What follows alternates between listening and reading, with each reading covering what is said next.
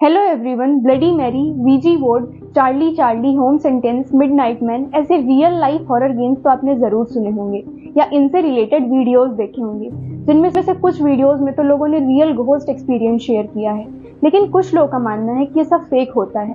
वहीं कुछ लोगों का मानना है कि ये गेम्स हमें सच में स्पिरिट से कनेक्ट करती हैं। आज की इस वीडियो में हम in real life horror games के बारे में जानेंगे, लेकिन इससे पहले मैं आप सभी से रिक्वेस्ट करना चाहती हूँ कि अगर आपने अभी तक मेरे चैनल को सब्सक्राइब नहीं किया है तो प्लीज़ सब्सक्राइब कर लें, और अगर आपको वीडियो पसंद आए तो प्लीज़ इसे लाइक कर लें। Now get ready to analysis the truth behind these real life horror games.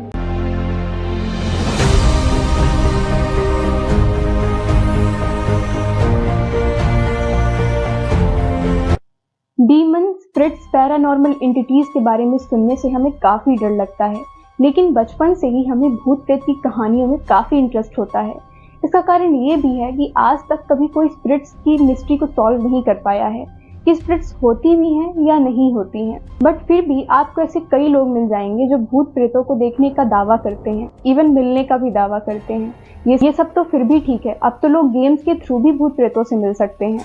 I know it sounds very funny but really, क्योंकि ऐसे बहुत सारी गेम्स हैं जो कि स्पिरिट से कनेक्ट करने की बात करते हैं। जिनमें से कुछ फेमस गेम्स को तो आपने जरूर सुना होगा, like bloody Mary, ouija board, Charlie Charlie, midnight man, home sentence and etcetera. इनमें से अगर हम एक गेम का एग्जाम्पल लें, जैसे कि वीजी बोर्ड, तो इसमें एक वुडन बोर्ड होता है जिसमें ऊपर की तरफ यस नो लिखा होता है, बीच में इंग्लिश अल्फाबेट्स लिखे होते हैं और नीचे की तरफ गुड बाय लिखा होता है, और एक प्लेनचेट होता है जिसमें 3-4 लोग एक साथ हाथ रखकर स्पिरिट्स को बुलाते हैं, और वो प्लेनचेट खुद से मूव करता है। और माना जाता है कि जब वो प्लेनचेट खुद से मूव करता है, इट मीन्स कोई स्पिरिट आपसे कांटेक्ट करने की कोशिश कर रही है। ऐसे ही ब्लडी मैरी का एग्जाम्पल लें तो माना जाता है कि अगर आप रात के 3 बजे शीशे के सामने ब्लडी मैरी 3 बार बोलेंगे तो कोई विच आपको मिरर में दिखती है। बट अगर मैं आपसे इन गेम्स की रियलिटी की बात करूं तो ये सब कुछ भी सच नहीं होता। यहाँ सारा गेम ब्रेन का होता है। आपको तो पता ही है कि ह्यूमन ब्रेन कितना कॉम्प्लेक्स है, और उतना ही कॉम्प्लेक्स है इसकी ट्रिक्स और इसके साइकोलॉजी को समझना।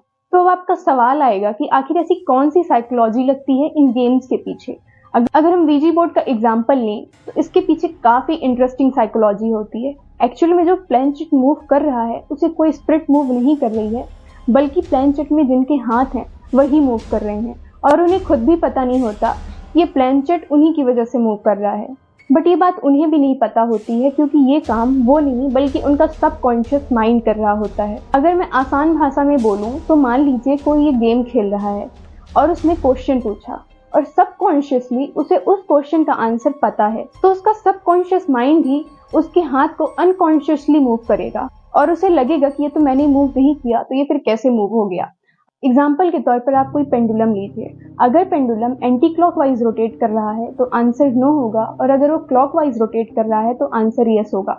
फिर आप कोई क्वेश्चन पूछिए जिसका आंसर यस और नो में आए, आपको उसका आंसर पता है सबकॉन्शियसली कि इसका आंसर यस होगा, तो आप खुद देखेंगे कि वो पेंडुलम क्लॉकवाइज रोटेट कर रहा है, और अगर उसका आंसर नो होगा तो आपका हाथ खुद ही उसको एंटी क्लॉकवाइज रोटेट करवाएगा।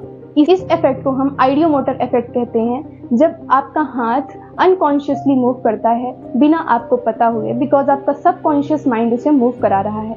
जैसे कि हाइपनिक जर्क भी एक आइडियोमोटर इफेक्ट का ही एग्जाम्पल है। इवन इसके लिए एक टेस्ट भी कंडक्ट किया गया। 4 लोगों को वीजी बोर्ड खेलने के लिए बोला गया। जब उन्होंने क्वेश्चन पूछा तो सारे क्वेश्चंस के आंसर आ रहे थे, लेकिन बाद में उन सभी को ब्लाइंड फोल्ड पहनाया गया, और आप शॉक हो जाएंगे कि उसके बाद जब उन्होंने क्वेश्चन पूछा तो प्लेनचेट कहीं ब्लैंक स्पेस पर मूव कर रहा था तो किसी ऐसी जगह पर मूव कर रहा था जिसका कोई मतलब ही नहीं था।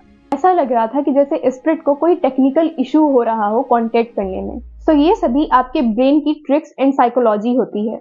ऐसे ही ब्लडी मैरी में जिन्होंने मिरर में विच देखने की बात की है, उनमें से आधे लोग तो झूठ बोलते हैं, लेकिन जो झूठ नहीं भी बोलते हैं तो उनके पीछे उनका ब्रेन गेम खेल रहा होता है, ना कि वो। अकॉर्डिंग टू साइकोलॉजी, आप जितना देर तक किसी ऑब्जेक्ट पर एकटक देखेंगे उतना ही आपका ब्रेन इल्यूजन क्रिएट करने लगेगा और आपको कुछ फिगर्स दिखने लगेंगे। इसे हम ट्रॉक्सलर इफेक्ट कहते हैं, क्योंकि जब आप किसी चीज को घूरते रहते हैं तो एक ऐसा पॉइंट आएगा जब आपका ब्रेन एक जगह पर रुक जाएगा और न्यूरॉन्स इंफॉर्मेशन देना बंद कर देंगे, जिस वजह से आपको ब्लरी या फेडेड इमेज दिखाई देने लगेगी।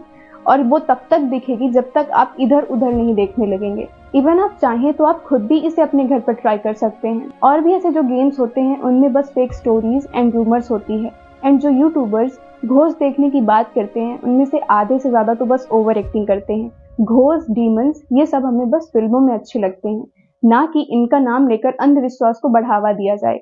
आई होप कि आपको ये वीडियो पसंद आई होगी। अगर पसंद आई है तो प्लीज लाइक करें। ऐसे ही और कंटेंट के लिए हमारे चैनल को सब्सक्राइब करें। Thanks for watching.